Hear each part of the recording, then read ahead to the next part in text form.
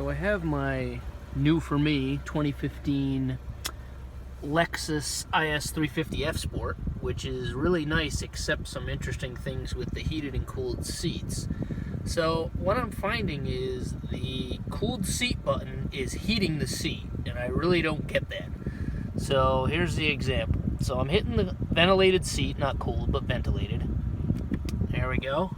And I got this laser gun here, or laser temperature thing, and check this out. It's gonna start picking up some speed in a few seconds here. There it goes. I completely do not understand how that is happening. I find it hard to believe that the wires would get crossed. I mean, obviously they're not getting crossed. How that would happen. It does work sometimes, which is even more confusing.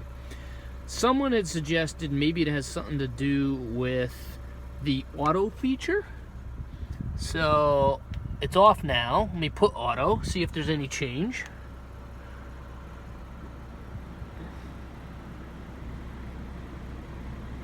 Oh, that's interesting. Looks like it's going down. Maybe.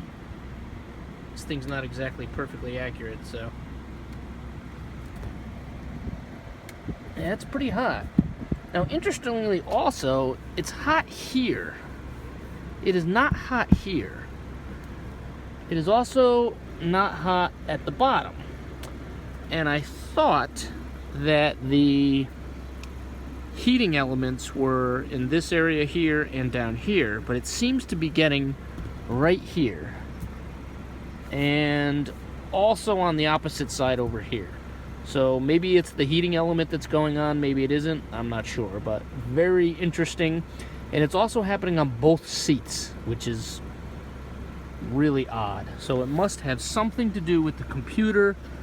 I would never have guessed that the heated and cooled seat buttons would be linked into the climate control unit, because it's somewhat of an independent solution. I would never expect it to automatically turn on the ventilated seats or turn on the heated seats in auto mode, but it must run through the computer somehow. At least that's what I'm seeing.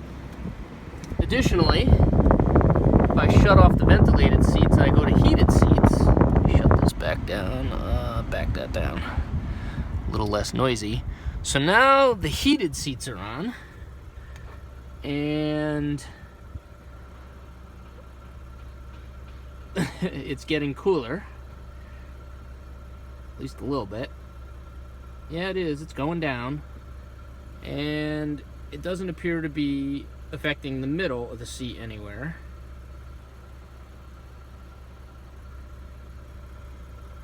Or here. So, very confusing. It will be interesting to find out what actually happened. I've seen a lot of posts, so something is going on, and I'll have to get an electrical engineering guy to look at the schematic and understand how the wiring could be affecting the heated and ventilated seats. I don't know. It's just, it's really interesting. Another point, this is kind of a bad experience for me, so I've had the car 4 days.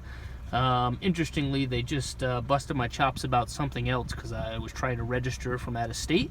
And it looks like I'm actually returning the car, which I never in a million years thought I would do. I've never done that before. But that's the direction I'm going down now. So I won't be having her much longer. In a couple days, she'll be back to the dealer.